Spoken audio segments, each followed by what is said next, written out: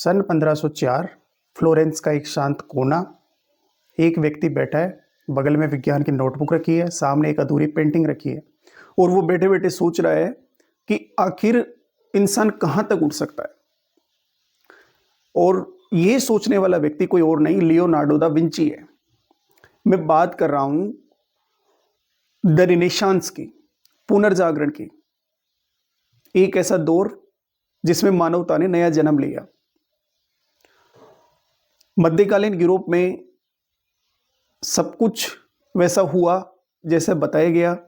ऐसे कुछ रिफॉर्म्स हुए या फिर कुछ इनोवेशंस हुई या फिर लोगों की विचार शक्ति में बदलाव आया, लोगों ने तार्किक तरीके से सोचना स्टार्ट किया, या वास्तव में इसको एक खूबसूरत तरीके से गढ़ा गया, अर्थात इसको पूरी दुनिया के सामने एक नए तरीके से पेश किया गया, जिसको हम यूरोपीय लोगों ने पुनर्जागरण कहा। तो हम आज इसी के बारे में पड़ताल करेंगे कि द रिनेसांस अर्थात पुनर्जागरण की वास्तव में हकीकत क्या है, इसे लोगों के सामने किस तरीके से पेश किया गया, वास्तव में ऐसा कुछ हुआ या नहीं हुआ। नमस्कार दोस्तों, स्वागत है आपका लोकतंत्र लेंस में, जहां हम राजनीति को आसान बनाते हैं। आज हम पुनर्जागरण के कुछ मिथ्स के बारे में एनालिसिस करेंगे कि वास्तव में पुनर्जागरण के बारे में जैसा बताया गया वैसा कुछ है भी या नहीं। सबसे पहला जो मिथ इसके बारे में यह कहा गया कि इसने अंधकार युग को समाप्त कर दिया। हम सबने सुना है कि मध्य युग डार्क एजेस था, जहां पे ज्ञान मर गया और चारों तरफ अंधविश्वास का राज था। लेकिन सब कुछ वैसा नहीं था। यूरोप में इस दौरान विश्वविद्यालय बने, गोथिक कैथेड्रल्स खड़ी हुई, कृषि और गणित के क्षेत्र में नवाचार हुए। तो बेसिकली ये यूरोप का रीबर्थ था। एक ऐसी क्रांति थी जो गहरी थी, धीमी थी, लेकिन सदियों से पक रही थी। अचानक से ऐसा कुछ नहीं हुआ कि यूरोप के अंदर रातों रात परिवर्तन हो गया। हम रिनेसांस को सिर्फ इटली से जोड़कर देखते हैं, वेनिस, रोम, फ्लोरेंस, जबकि यह पूरे यूरोप में फैल चुका था।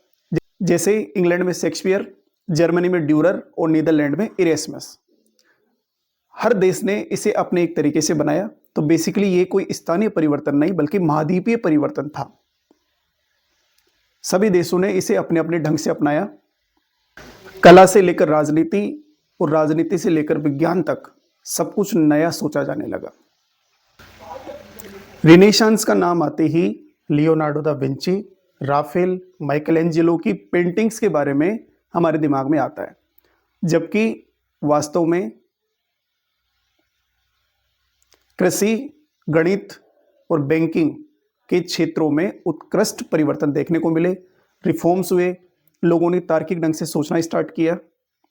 वास्तव में असली रिनेसांस सोच में था और ह्यूमनिज्म सेंट्रिक अप्रोच को अपनाया गया, अर्थात सत्ता ईश्वर की है या इंसान की, इस तरीके से सोचा जाने लगा। वहीं मैकियावेली की द प्रिंस और कोपरनिकस की हेलियोसेंट्रिक थ्योरी ने आधुनिक राजनीति विज्ञान और आधुनिक विज्ञान दोनों को बदलने का प्रयास किया और राजनीति की इस तरीके से नींव रखी गई कि एक राजा किस तरीके से अपने राज्य को प्रोटेक्ट कर सकता है, संरक्षित कर सकता है और आगे बढ़ा सकता है। बहुत सारे लोग मानते हैं कि रिनेसांस ने धर्म को खारिज कर दिया, बल्कि ये सच नहीं है। रिनेसांस ने लोगों को तार्किक ढंग से सोचने के साथ मजबूर कर दिया और ऐसे धार्मिक अंधविश्वासों का पर्दाफाश किया जो कि मानव जीवन की मूल्यों के खिलाफ था। और जैसे थॉमस मूर जैसे लोग ईश्वर को नकार नहीं रहे थे, बल्कि वो लोगों को तार्किक तरीके से ईश्वर के और नजदीक ले जाने का प्रयास कर रहे थे। पुनर्जागरण का इंसान ईश्वर से दूर नहीं बल्कि उसने उसे समझने के लिए उसके और नजदीक जा रहा था।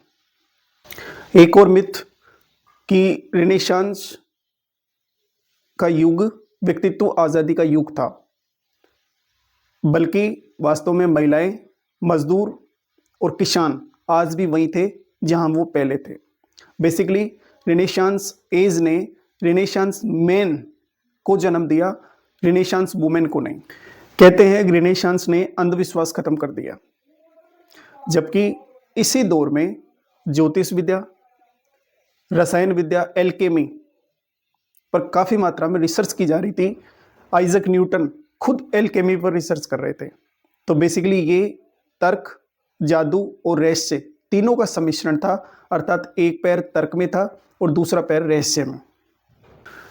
और आखिरी मिथ कि रेनेसांस यूरोप की देन थी, जबकि वास्तव में ग्रीक रोमन ज्ञान को इस्लामी विद्वानों ने सुरक्षित रखा। बगदाद, कार्डोबा, कॉन्स्टेंटिनोपल में वो किताबें सुरक्षित रही और बाद में उनको यूरोप लाया गया।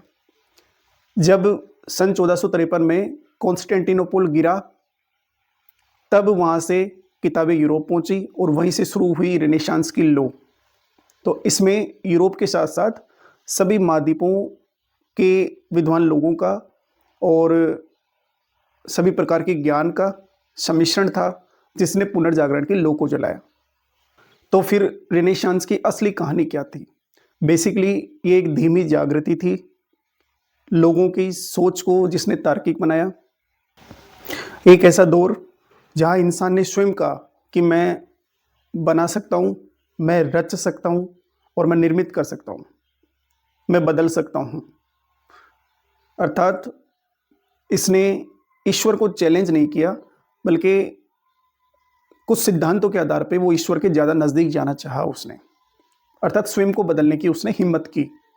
अर्थात जब भी हम लियोनार्डो दा विंची की मोनालिसा को देखते हैं या गैलीलियो के टेलीस्कोप को देखते हैं, तो सिर्फ हम कला और विज्ञान नहीं, बल्कि उन लोगों की ज्ञान, साहस और जिज्ञासा को देखते हैं। और यही है असली रेनेसांस। और शायद हर युग को अपना एक रेनेसांस चाहिए, जो लोगों को तार्किक बनाए, समाज को बदलने की कोशिश करे और समय के अनुसार अपने आप को ढालने की कोशिश करे। तो बेसिक